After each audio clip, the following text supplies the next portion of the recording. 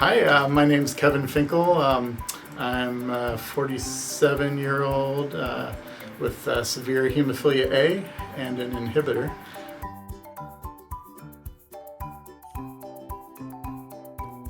I was first diagnosed when I was just starting to toddle and fell and cut my gums at around age 1. We had no family history, and so it was a little bit of a process to get that diagnosis because my gums wouldn't stop bleeding, and my mom had to take me in over several weeks to and be repeatedly told that no, you're overreacting, and too much pacifier, and finally we got a diagnosis, and yeah, it went on from there. Both my parents, my mom is a nurse and my dad was a radiologist, and so they had some medical background, but still, you know, it was a learning process to figure out how to care for someone with a bleeding disorder when there was no family history.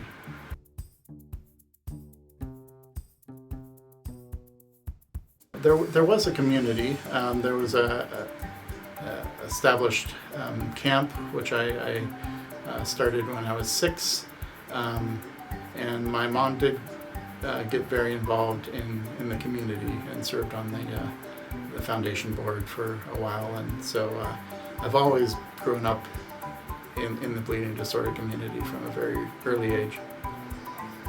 So going to camp at 6 years old, what was that like? What are your first memories of camp? So going to camp when I was 6 perhaps was a little young.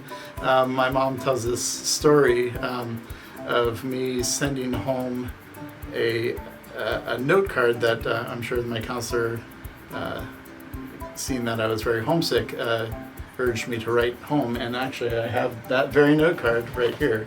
It was a little... the 6-year-old me here wrote, "Dear Mom, from Kevin, I love you and I very much miss you." And then on the bottom it says, "Come right now," with a lot of exclamation points, and up here it says, "I mean it." And so she didn't come and get me, but and I'm glad that she didn't, because it was camp has always been a very big part of my growing up, and that's why I'm so involved in the camps in the Northwest as well. Yeah, a lot of good learning. I think it's the most important thing that foundations do, is putting on bleeding disorder camps, because you have all your peers around. You get to learn how to be independent and just be surrounded by people with a shared experience.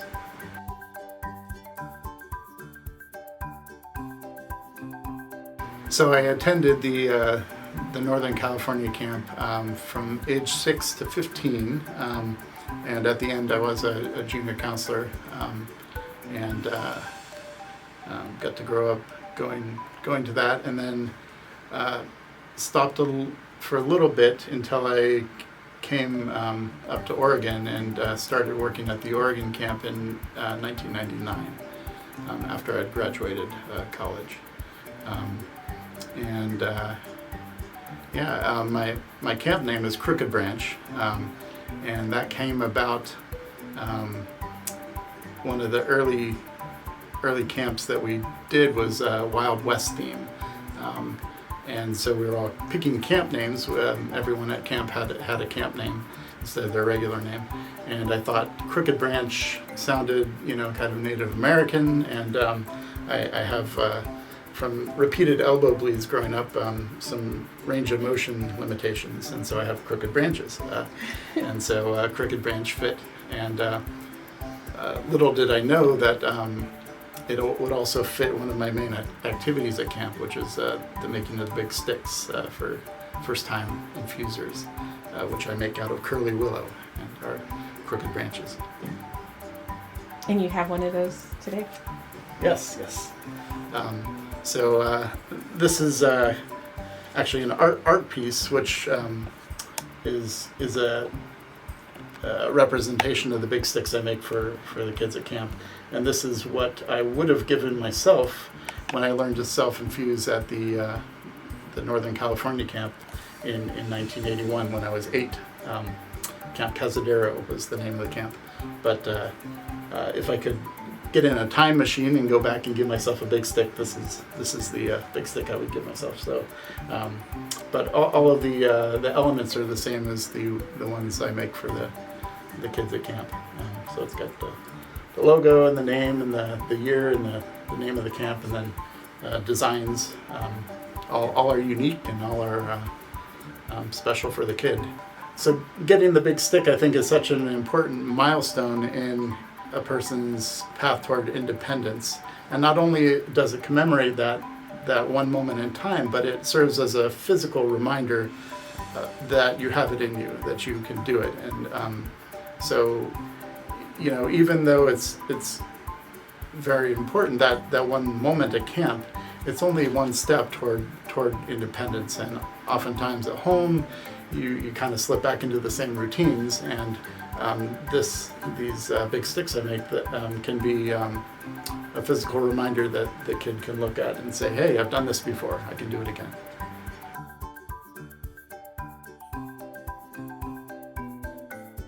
There has always been some sort of recognition at camps for achieving a self-infusion, and back at Camp Cazadero in Northern California, when I earned it, I got a chance to talk to Val Bias, who was my first counselor back then, and I was discussing with him, and actually last year I showed him this stick because he was at NHF where I showed it, and I said, I know I probably got something, but I don't remember. I don't have an image in my mind of getting an award. And he said, well, that's because it was just a stick. Because they hadn't really done, spent a great deal of time making something like this. They would go out in the woods and break off a stick and wrap it in yarn or something. And so I wanted the big sticks I make to be something worthy of display, and something that a kid could be proud of and display with honor.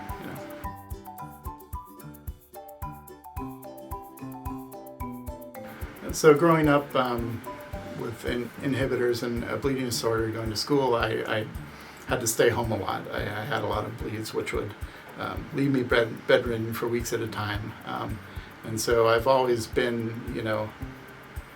kind of an artistic person, because that's something you can do while you're laying in bed. And so I've doodle mazes and drawings, and so when I went to college, I went into the arts and got an art degree, and I've also always been musically inclined. My dad played a lot of instruments and played by ear, and I got that from him. So I played the guitar and keyboard and harmonica and African marimba. So I got into that at Lewis and Clark College. They had a good world music program, and this African marimba music, mostly from Zimbabwe, is kind of there's no written music, but you kind of just hear it, and there are different parts that interlock together, and so it fit me perfectly, and it's been a lot of fun, and a big way to express joy and share the music with people,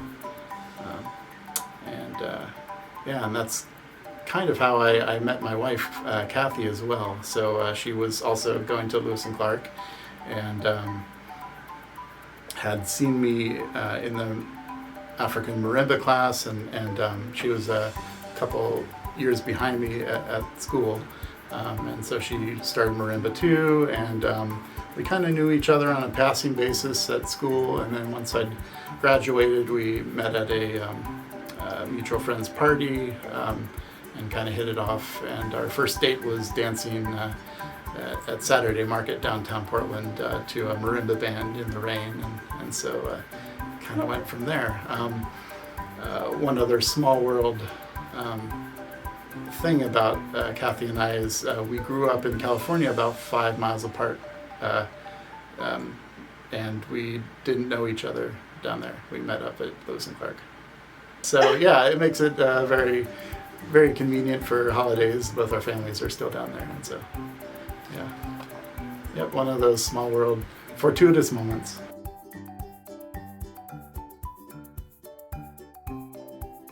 So the African band. I'm actually in two African bands. I used to be in three after college.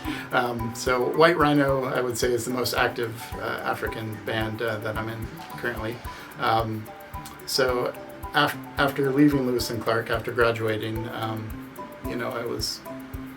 taken marimba classes all through college and wanted to join a band.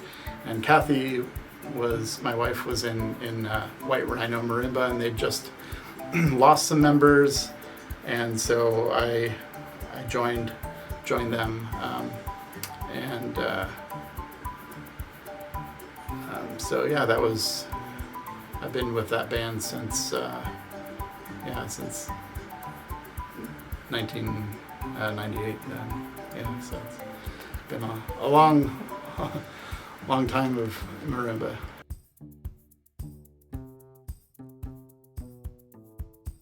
Yeah, we've played outside when the Dalai Lama came to speak in Portland. We were playing for the crowds as they waited to get in to see him. This was a number of years ago, but yeah, it's been fun, and we're happy to play at the Hemophilia Walk each year, and sad that we can't play this year.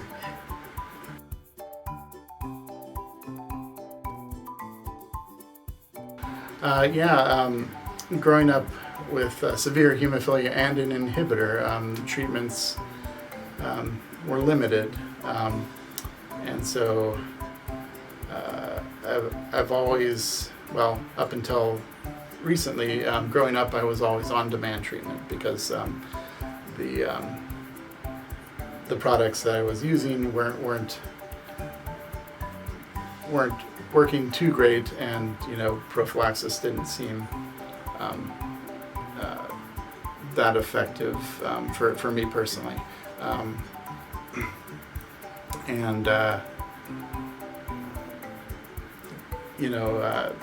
treatments would entail either dripping from an evacuated container through a tube over a couple hours, because the volume of the products were like 200 or 300 mLs,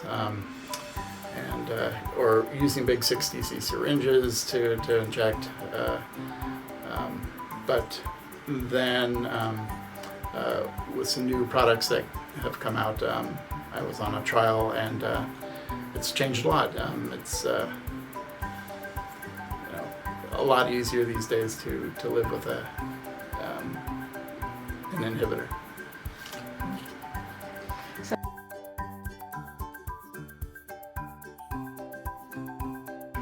So being the coordinator for the Blood Brotherhood program in the Northwest has been pretty special. It's good to have programs for the older guys with hemophilia who often, a lot of chapters programs are focused on families and new patients, and it's feels good to have a program that specifically brings back to the community older gentlemen who might have fallen out of the community and might have don't have the resources or don't know about the resources that are available, and so yeah, it's been great to bring those people together.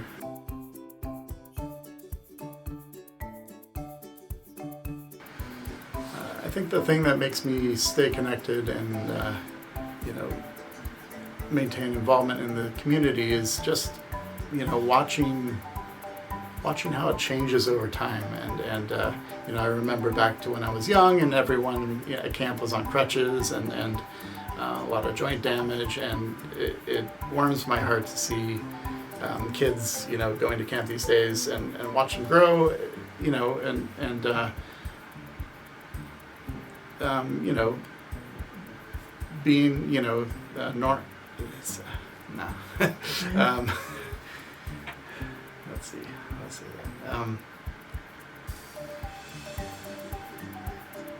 that. Seeing kids, you know, grow with the treatments we have today, you know, leading rock star lives, as my friend Dwayne always says, and yeah, it's good to give back to the community that has meant so much to me, to myself, and it feels special to provide that at camps and with Blood Brotherhood, and you know, making big sticks, and it all culminates in a spirit of community.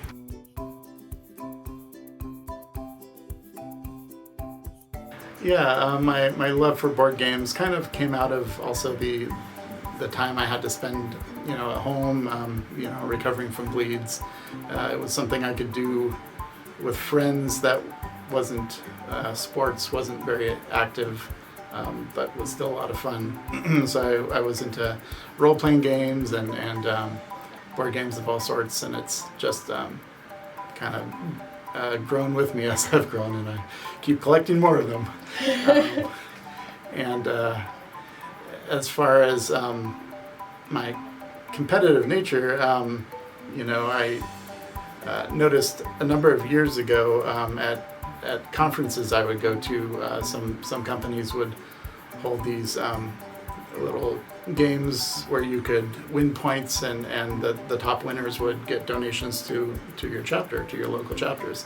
And so I kind of threw myself into that wholeheartedly, and ended up winning over years a lot of money for the chapters I serve, and I feel honored that the Pacific Northwest Bleeding Disorders chapter has kind of funneled those funds from all those years of earning at conferences into a Crooked Branch travel scholarship to send people who might not have gotten the chance to go to conferences, give them the opportunity to, and you know, again, pulling people in to the community who might not have that opportunity.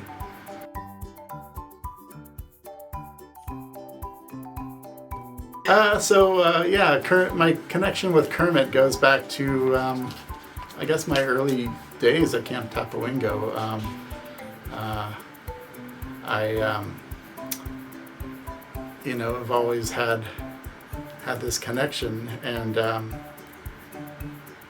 yeah, sometimes Kermit just channels through me.